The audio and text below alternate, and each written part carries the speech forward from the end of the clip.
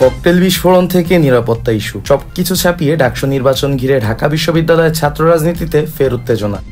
নির্বাচন কমিশনের নিরপেক্ষতা নিয়ে প্রশ্ন তুলছেন ছাত্রনেতারা। জুলাই মাসের মধ্যে নির্বাচন অনুষ্ঠানের ঘোষণা দিলেও প্রশাসনের ভূমিকা নিয়ে উঠছে নানা অভিযোগ।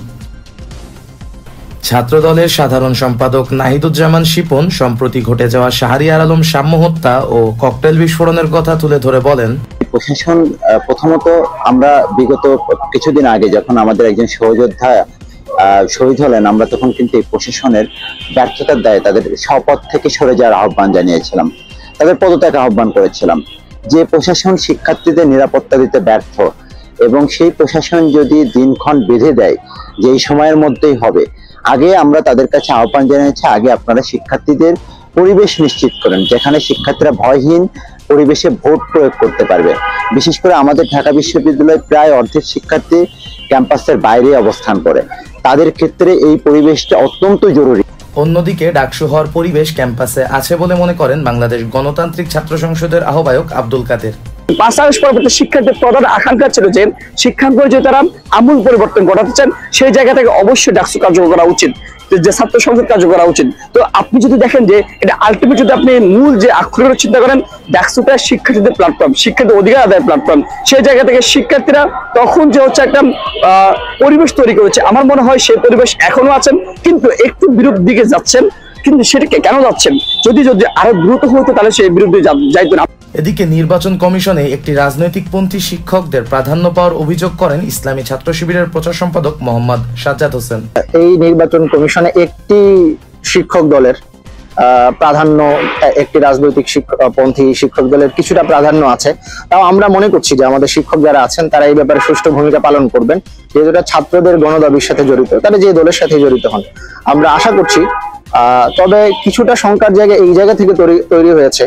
আমরা দেখেছি যে ডাকসুর যেই নতুন করে 4টি পদ সৃষ্টি করা হয়েছে এবং কিছু সংস্কার নিয়ে আসা হয়েছে, যেমন আগের ডাকসুর গঠনতন্ত্রে নির্বাচন করার একটা বয়সসীমা ছিল, এবার সেই বয়সসীমাটা উঠিয়ে দেওয়া হয়েছে এবং এটা একটা নির্দিষ্ট ছাত্র সংগঠনের দাবির প্রেক্ষিতে করা হয়েছে।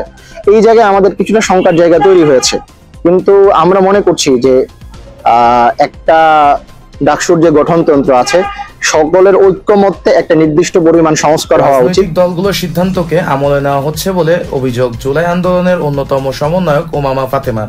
ফ্যাকাল্টি বিসিএস স্টুডেন্টদের কথাগুলো শোনা দরকার, যেটা ইউনিভার্সিটির পক্ষ থেকে মেল দেওয়া হয়েছিল স্টুডেন্টদের কাছে, কিন্তু প্রপারলি আসলে রিচ করা হয়নি এবং স্টুডেন্টরা কিছুটা ডিসকানেক্টেড এই পুরো প্রসেসের থেকে। শুধুমাত্র ছাত্র সংগঠনগুলোর থেকে অভিমত নিয়েই যেন বর্তমান সবকিছু চালানো হচ্ছে।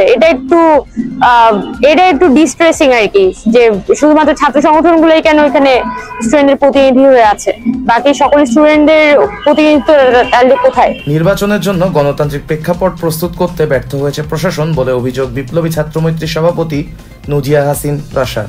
আমরা যদি বলি যে একটা নির্বাচনের জন্য ক্যাম্পাসে যে গণতান্ত্রিক পাটাতনটা, প্রেক্ষাপটটা প্রস্তুত করার প্রয়োজন, তা কিন্তু এই বিশ্ববিদ্যালয়ের বর্তমান প্রশাসন দিতে ব্যর্থ হয়েছে। ছাত্রলীগের যারা নাকি অ্যাক্টিভ পলিটিক্সে ছিল, যারা নাকি জুলাইও হত্যাকাণ্ডের সাথে জড়িত ছিল, যারা শিক্ষার্থীদের উপরে হামলা, সন্ত্রাসী কর্মকাণ্ডে জড়িত ছিল, তাদের যে একটা পূর্ণাঙ্গ তালিকা প্রস্তুত করা, এটাতে কিন্তু প্রশাসন বারবার এটাকে পিছিয়েছে বা তারা একটা ব্যর্থতার পরিচয় দিয়েছে। এটার কারণ কি?